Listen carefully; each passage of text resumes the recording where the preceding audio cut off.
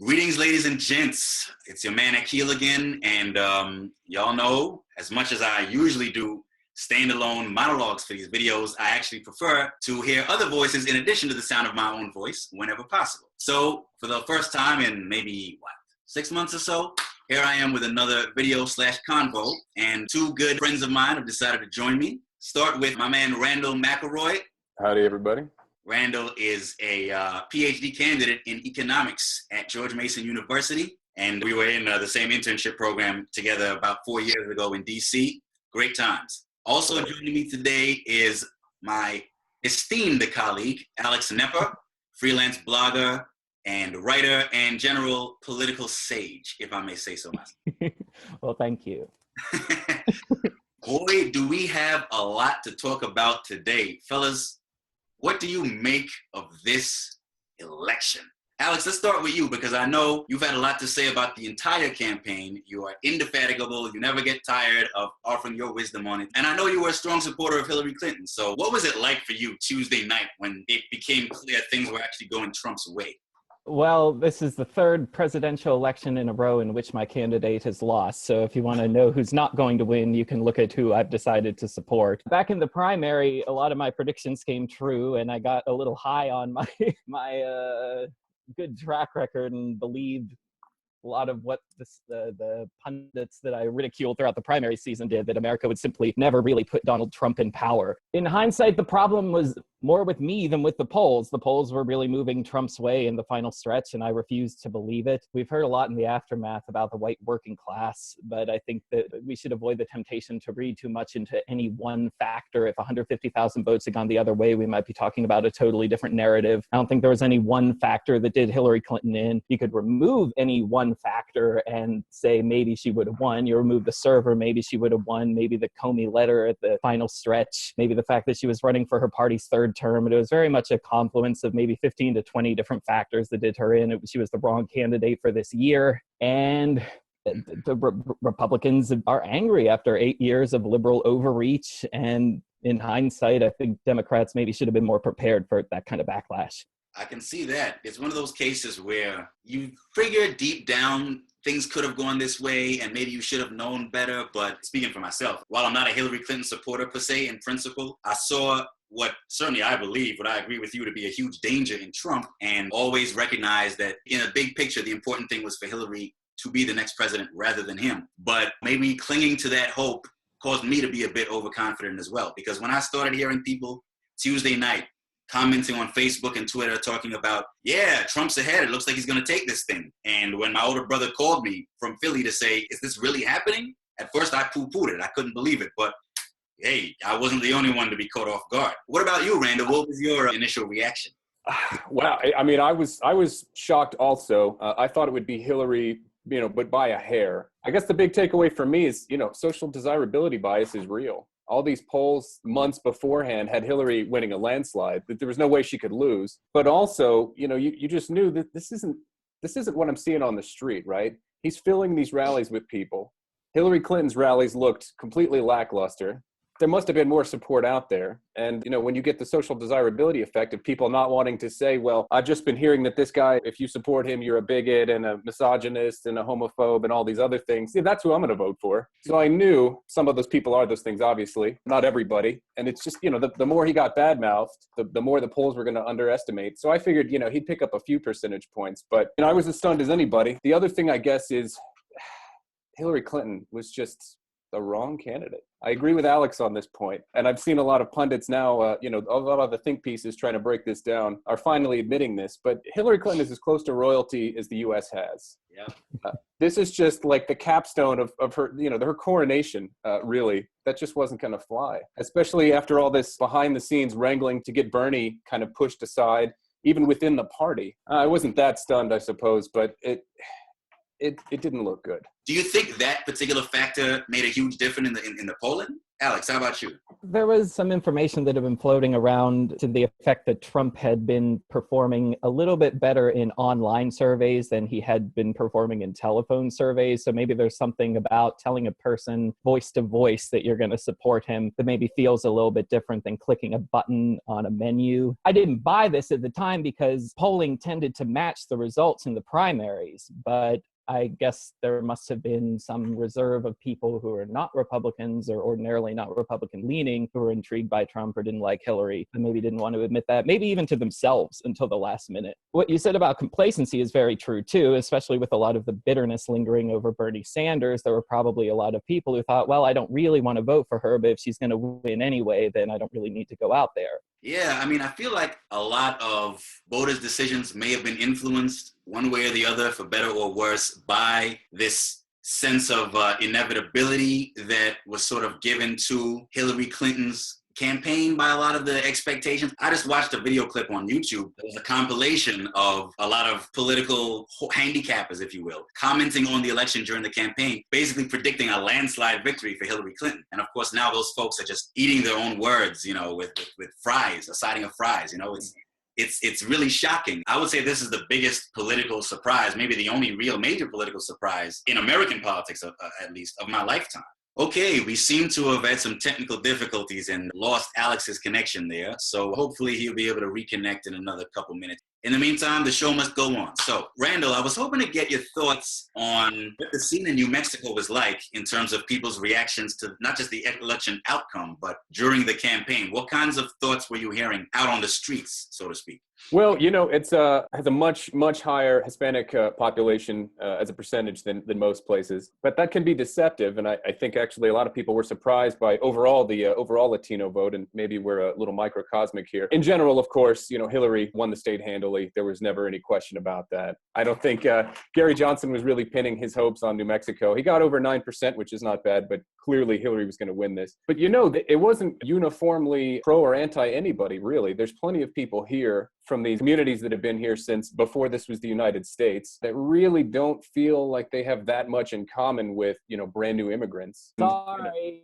Hey, there we go. Glad to have you back, Alex. I was just asking Randall what kind of vibes he was getting from people on the street in Albuquerque, New Mexico, where he is these days. So, Randall, why don't you resume? Donald Trump came here a few months ago, and there was a big protest downtown. I didn't go to his rally or to the protest. A lot of the chaos that was down there, I don't think there was, you know, anybody getting killed or anything, but a lot of sirens, a lot of news coverage of just crazy stuff. It turned a lot of people off. Just in general, people thought, hey, why is everybody getting so hot about this, right? Like, why do we all need to go freak out and protest and have smoke grenades going off downtown? Like, let's just everybody calm down. It didn't really seem to animate the anti-Trump people that much. You know, people were already anti-Trump. They liked it. People that were already pro-Trump, they didn't like it. But in the middle, it didn't seem like it really moved the needle that much. Trump came back here pretty recently, had a very short stop, not much to say there. Nothing exciting. You know, I mean, this is a flyover state.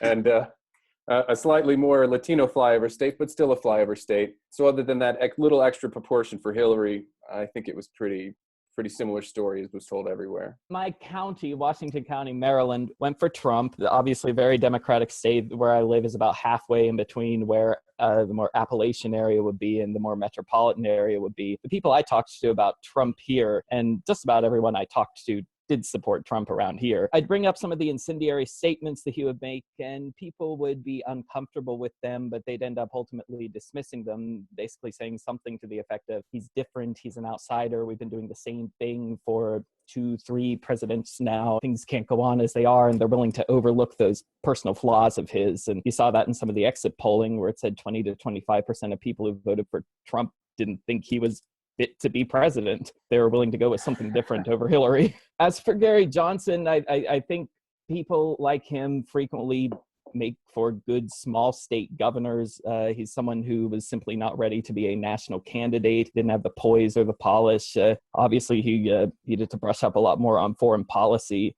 I would love to see Bill Weld at the top of the ticket. I could have voted for him instead of either of them. I cannot tell you how many times I've heard that from non-libertarian acquaintances of mine who were actually giving Gary Johnson a good second look. And ultimately, after his performances at CNN town halls and so on, they were saying, yeah, it's too bad Bill Weld isn't the nominee because he's more polished and better poised than Gary.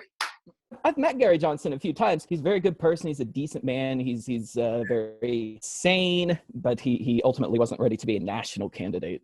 I'm curious as to what you guys think the long-term or even just short to medium-term political consequences are going to be, especially when it comes to the effects on both parties. Why don't we start here? I find the Democratic Party, after this surprise defeat, is probably going to have to do much more soul searching. All the soul searching that a lot of people thought the Republicans were going to have to do after this election had Hillary won. It seems now the Democrats are actually the ones who are having to do that soul searching. And frankly, they look like they're kind of in a shambles at the moment. And it reminds me of how the British Labour Party has been ever since the Brexit vote. Alex, I know you're a huge political policy wonk to some extent and political observer. So what do you make of that? Do you see any parallels here to the Brexit situation? Well, one of the reasons that I supported Hillary in the first place was that I thought if she got into power for a third term for her party, then it was likely that she'd be followed by a Republican for 1 or 2 terms, and therefore we'd have more than a decade to kind of blunt the ascent of the Sanders wing. So now we see an opening for the left elements that thought that they've been snubbed this time around. They have good reason to cry for vengeance now. And I'm very concerned that the parties are going to result in some kind of, obviously not on a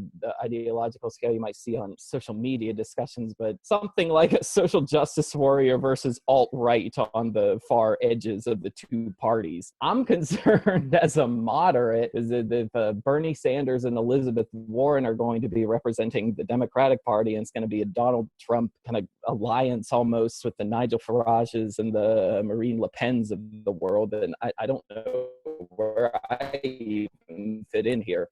Yeah, I mean, it's interesting because it seems that after the surprise outcome of the Brexit referendum, the Labour Party in the UK seems to be just dragging, like it's lost a lot of its political force. And liberalism's kind of an exhausted ideology in some ways. I don't really know, and thinking here, I'm very sympathetic to even some of what progressivism has to say. I don't consider myself a progressive, but I see it as kind of a logical outgrowth of a lot of foundational liberal principles. I don't know where it goes from here. A lot of the civil rights victories have already been won. It almost seems like they're manufacturing new crusades into existence right now. I think a lot of people feel that way, and the reaction to PC culture was constituted a lot of the backlash that led to Trump.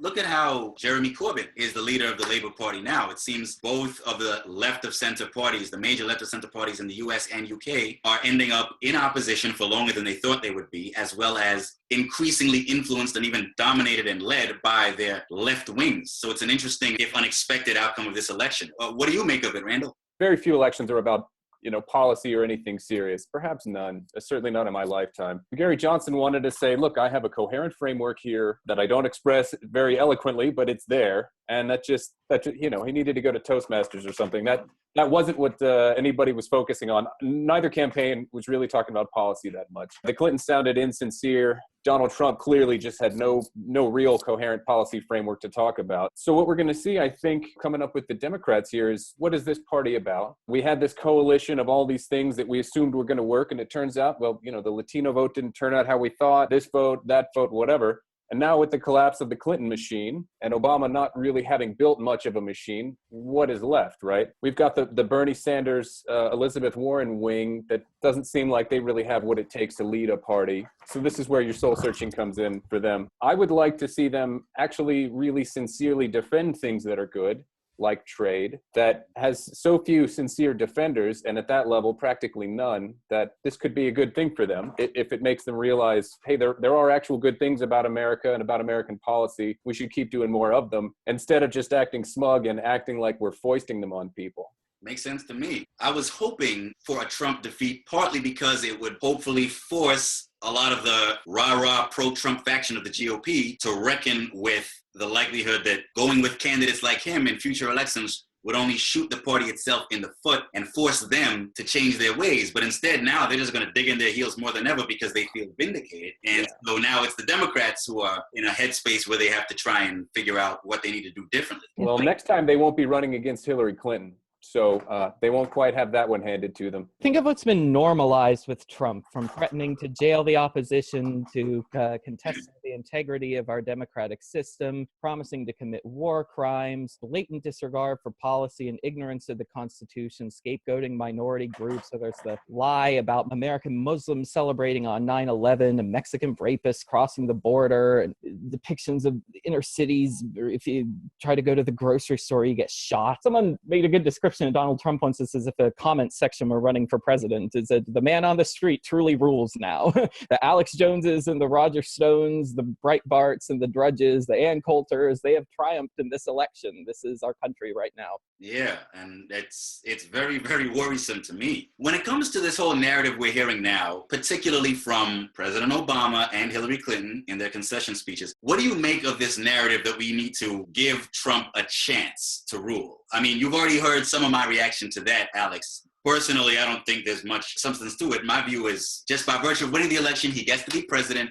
His party's going to run both houses of Congress. He's going to get to fill the vacancy on the Supreme Court that Justice Scalia's death left. And so just by virtue of those factors, he gets to run the show to a large degree, at least for the next couple of years until the next congressional midterm. So I don't personally know that there's much need to give him a chance because the election results give him as much chance as he needs. But I get the impression that you would disagree, right, Alex? Well, I'm not going to get angry at him or about him until he actually does something. And if you look at his past, he's had inclinations toward what you might call something like what a moderate Democrat might believe. In the past, he might have been seen as maybe a more brash Mike Bloomberg. How much of what he said is campaign rhetoric? We don't really know yet. I'm alarmed at what's been normalized, but I'm going to give him a chance insofar as I'm not going to get outraged until he actually does something. I'm also looking for silver linings here. I think that we're long overdue to have a serious infrastructure project. Hillary Clinton supported that. If she'd have put it forward to the Republican Congress, maybe they would have mindlessly opposed it as a big government tax and spend scheme. Maybe that can get through if it's Donald Trump proposing it instead of Hillary Clinton. I don't want to use the word optimistic, but again, looking for silver linings here.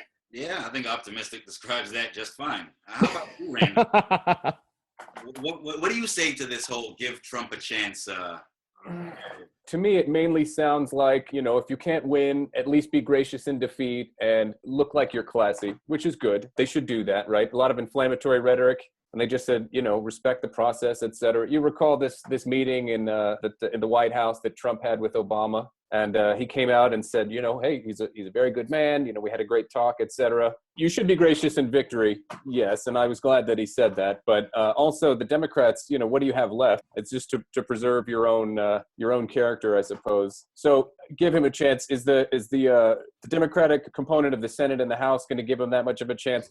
Probably not. That's probably okay. Probably what he's going to actually try to do maybe shouldn't be given a chance, but just in terms of political discourse, that was a nice touch. I figure that's the kind of thing that people in President Obama and Hillary Clinton's positions are expected to say. I would say it was pretty inevitable that they would say it. Frankly, I'm more sympathetic to voices like Harry Reid, who've been saying, no, Trump has a lot more work to do before he earns our respect or any real goodwill. And given the countless nasty things he said and just the way he showed his behind overall on the campaign trail and the things that have been normalized as a result of that, as Alex put it. Me personally, not that it really matters what my opinion is, but I'm definitely in agreement with those folks out there who are saying we're going to have to fight harder than ever once this guy's in office if he tries, even just tries to do half of what he said he would do. So I don't know if there's that much call for giving him a chance beyond, of course, conceding that he won the election fair and square and he gets to be the next president. There have been some people claiming that we should urge the Electoral College members to cast their votes for someone else, not for Trump, on the grounds that Hillary Clinton won the popular vote.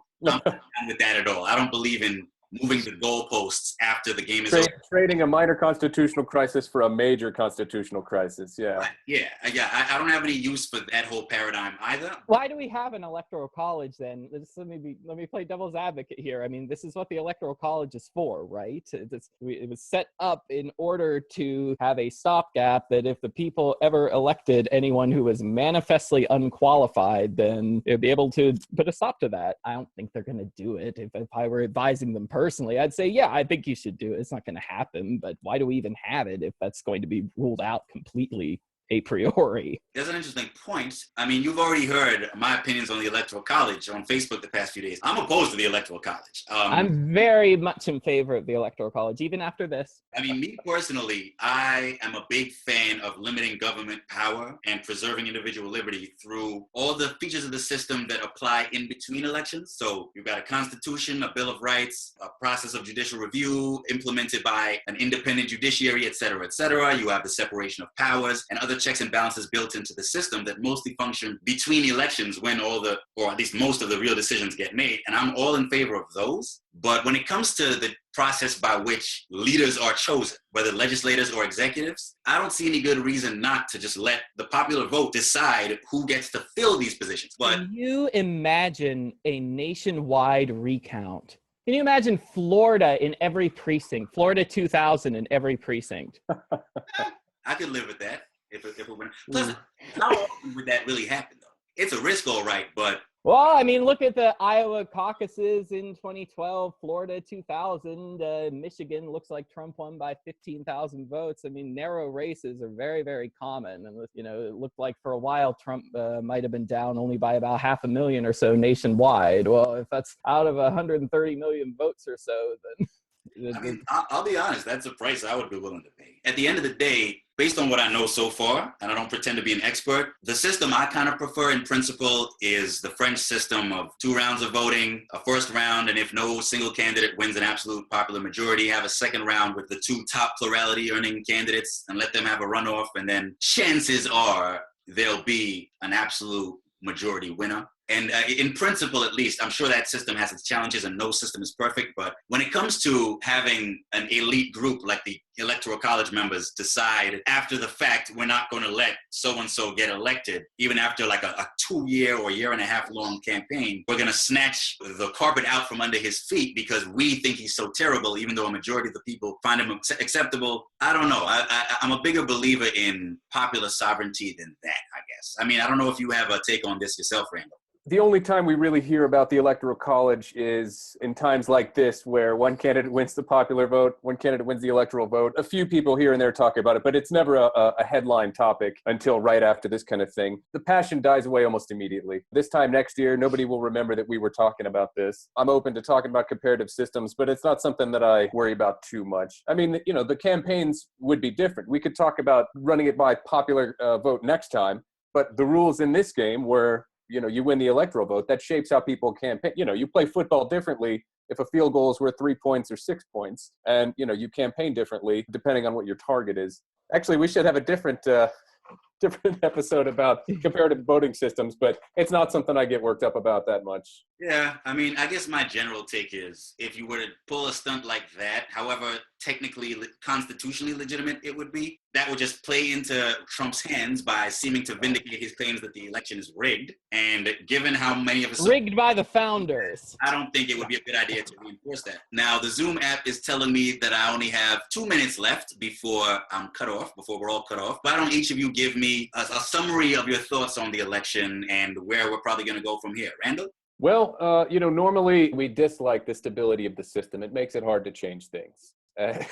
Everybody has a lot of ideas for how to change things. They get to Washington and none of those happen, or they happen 5% of what they would. For everybody that's really on edge right now, it's ironic that we would have faith in the system not changing that much. But, you know, you can take some small comfort in the fact that it puts out fires. I think Trump's going to be a disaster, most likely. And, you know, I don't know. We'll see.